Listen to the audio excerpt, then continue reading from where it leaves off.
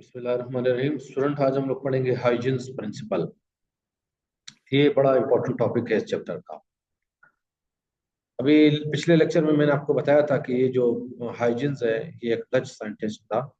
और इसके जो नाम है इसकी हम लोग सही प्रोनाउंसिएशन नहीं कर सकते, तो हम लोग सिंपली इसको पढ़ेंगे हाइजीन्स।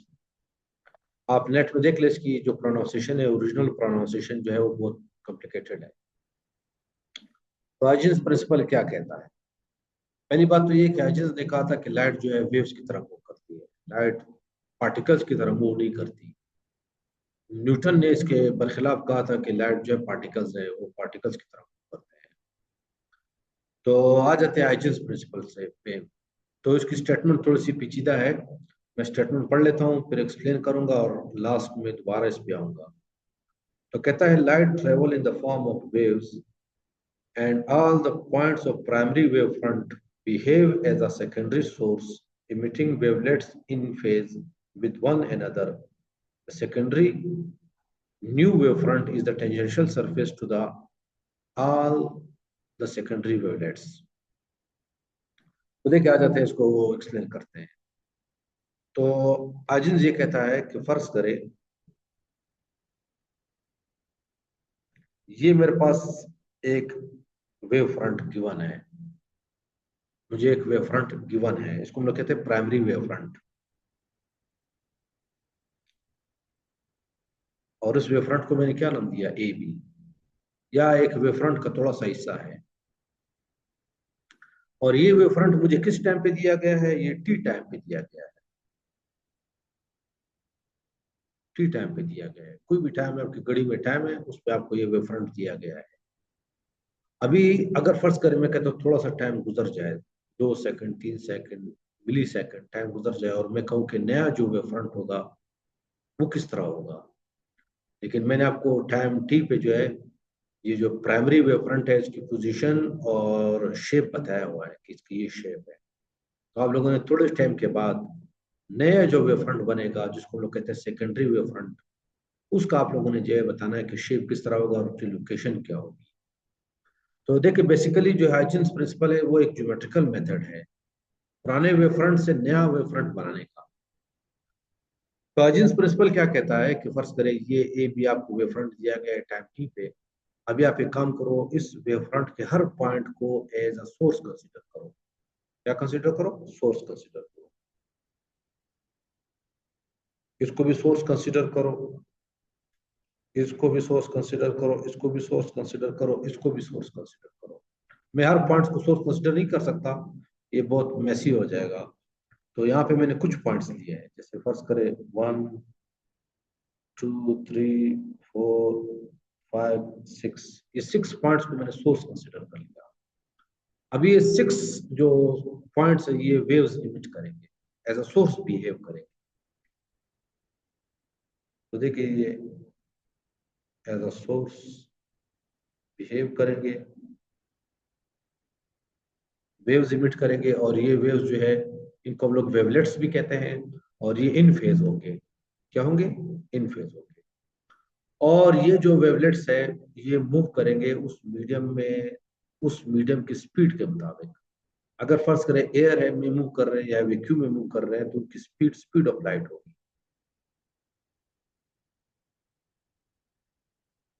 कितनी होगी? स्पीड ऑफ लाइट होगी। अगर फर्ज करें वाटर में मूव कर रहे हैं, तो वाटर में जो वेव की स्पीड है उसी उसी के मुताबिक मूव करेंगे। तो अभी देखिए, फर्ज करें एक थोड़ा सा टाइम गुजर गया। थोड़ा सा टाइम कितना गुजर गया? डेल्टा टी टाइम गुजर गया। जो नया वेव फ्रंट होगा, सेकेंडरी वेव फ्रंट होगा, उसको किस तरह हासिल करेंगे? तो देखिए, इन वेवलेट्स ने कितना फासला तय कर लिया, कितना फासला तय कर लिया। ये फासला हम लोग मालूम करेंगे। आप लोगों ने पढ़ा है v is equal to s upon t. तो s is equal to v t. इसका मतलब मैं कह सकता हूं s is equal to c multiply by delta t. इन वेवलेट्स ने जो है डेल्टा टी में टाइम में कितना फासला तय किया? डेल्टा टी मल्टीप्लाई बाई सी, इतना फासला तय किया और इतना आगे चले गए। तो अभी सेकेंडरी वेवलेट्स बनाने के लिए हम लोग क्या करेंगे? मैं नया कलर चूज कर लेता हूँ। आप लोगों ने ये जो वेवलेट्स है उनको टेंजेंशियली मिलाना है। किस तरह मिलाना है? टेंजेंशियली मिलाना है।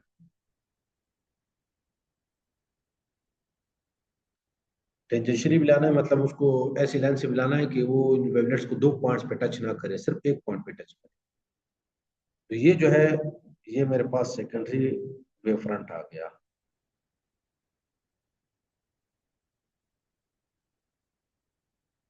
ये क्या आ गया?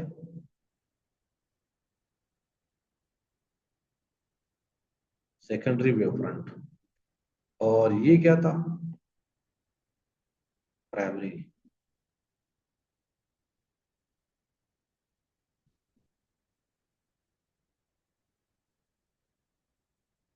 ये मेरे पास क्या था? Primary wave front. सही। तो इसको अभी समराइज कर लेते हैं। देखिए हाइजेंस कहता है कि टी टाइम पे अगर आपको एक वेव फ्रंट दिया गया है, वेव फ्रंट की लोकेशन दी गई है और उसका शेप दिया गया है, तो डेल्टा टी टाइम के बाद आप लोग उसके बाद जो नया वेव फ्रंट बनेगा, सेकेंडरी वेव फ्रंट बनेगा, उसको आप किस तरह से करेंगे? हाइजेंस कहता है कि प्राइमरी वेव फ्रंट पे हर पॉइंट को एज अ सोर्स कंसीडर करो, वो वेवलेट्स इमिट करेगा और वो वेवलेट्स उस मीडियम में स्पीड ऑफ लाइट के मुताबिक मूव करेंगे। तो डेल्टा टी टाइम के बाद उन वेवलेट्स ने इतना फासला तय कर लिया होगा और आप लोगों ने सेकेंडरी वेवलेट्स जब हासिल करना है तो उन तमाम वेवलेट्स को टेंजेंशियली मिला लो। किस तरह मिला लो? टेंजेंशियली मिला लो, तो आपके पास सेकेंडरी वेव फ्रंट का जो है शेप भी आ जाएगा, लोकेशन भी आ जाएगी। तो स्टेटमेंट को एक मरतबा दोबारा पढ़ लेता हूँ। कहता है light travel in the form of waves and all the points of primary wave front behave as a secondary source emitting wavelets in phase। इनको कहते हैं wavelets in phase with one another. The secondary wavefront is the tangential surface to the all the secondary wavelets। सही। अब एक और simple example बताता हूं। फर्ज करें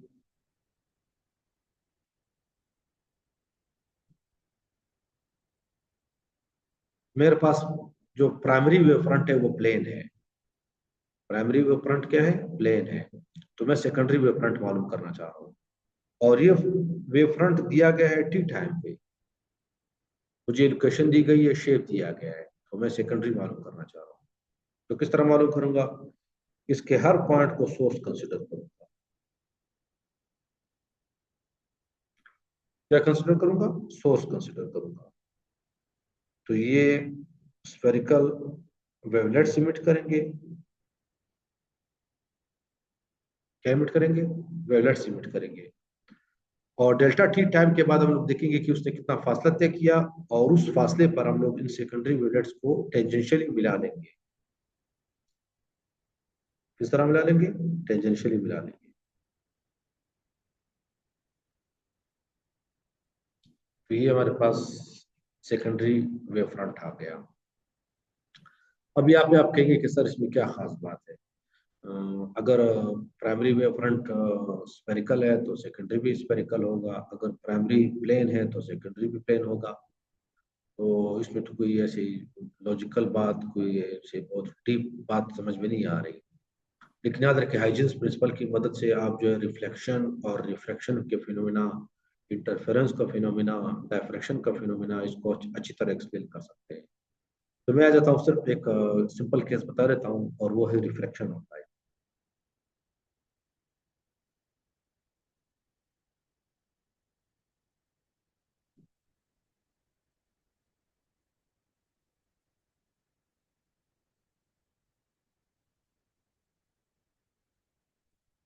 रिफ्रैक्शन ऑफ लाइट। तो रिफ्रैक्शन में हम लोगों ने पढ़ा है कि जब लाइट जो है रेयर मीडियम से डेंसर मीडियम में एंटर होती है, हवा से पानी में एंटर होती है तो बेंड हो जाती है। इस फिनोमेना को क्या कहते हैं? Refraction. The bending of light is called refraction.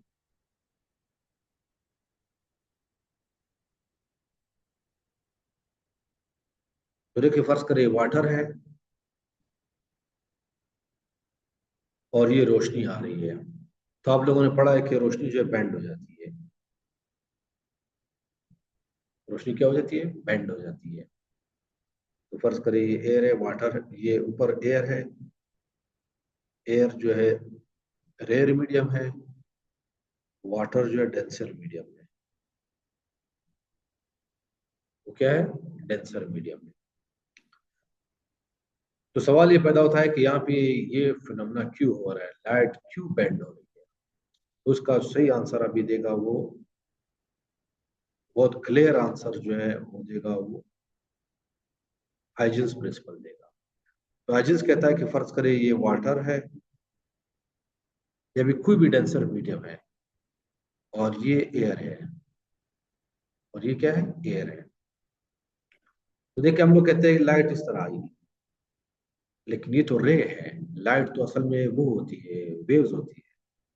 तो फर्ज करें लाइट के वेव फ्रंट्स आ रहे हैं, ये फ्रंट्स है।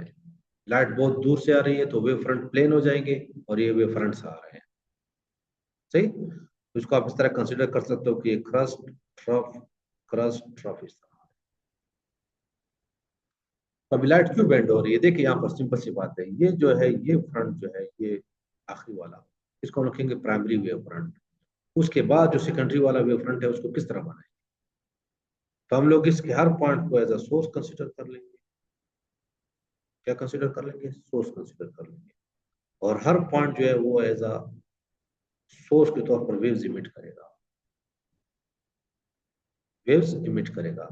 लेकिन याद रख ले ये वाला जो पोर्शन है ये पानी के अंदर नहीं है। तो यहाँ पे जो लाइट की स्पीड होगी वो क्या होगी, स्पीड ऑफ लाइट 3 × 10 की ताकत 8 मीटर पर सेकेंड, या 3 लाख किलोमीटर पर सेकेंड। तो यहाँ पे लाइट की स्पीड ज्यादा है, लाइट की स्पीड क्या है, ज्यादा है। लेकिन याद रख ले ये जो वेव फ्रंट है ये वाले, ये जो लाइट इमिट कर रहे हैं, जो वेव्स इमिट कर रहे हैं वो पानी के अंदर है, और पानी के अंदर लाइट की स्पीड कम होती है। तो यहाँ पे जो वेवलेट्स बनेंगे वो वेवलेट्स जो मूव करेंगे वो आहिस्ता आहिस्ता मूव करेंगे, लेकिन यहाँ के जो वेवलेट्स है वो तेजी से मूव करेंगे। तो होगा क्या, यहाँ पे वेवलेट्स यहाँ पे आ गया, यहाँ पे आ गया, लेकिन यहाँ का जो वेवलेट्स है वो इतना आगे नहीं गया, इतना आगे नहीं गया। तो अगर आप इनको टेंजेंशियली मिला ले तो देखिए ये बेंड हो गए हैं, क्या हो गए, बेंड हो गए। देखिए यहाँ पे लाइट की स्पीड ज्यादा है तो ये वेवलेट ने ज्यादा फासला तय कर लिया, लेकिन चूंकि ये पानी के अंदर है तो उसने कम फासला तय, तो लाइट बेंड हो गया। तो आगे आगे फिर आप देखेंगे तो नया वेव फ्रंट इस तरह बनेगा, फिर इस तरह, और उसके बाद ये कंप्लीटली बेंड हो जाएंगे। क्योंकि अभी देखिए ये पानी के अंदर है, पानी के अंदर है तो पानी के अंदर अभी तमाम जो वेवलेट्स है उनकी स्पीड एक जैसी है, तो इसलिए फिर मजीद बेंड नहीं होंगे। तो लाइट क्या होगी, इस तरह बेंड हो गई।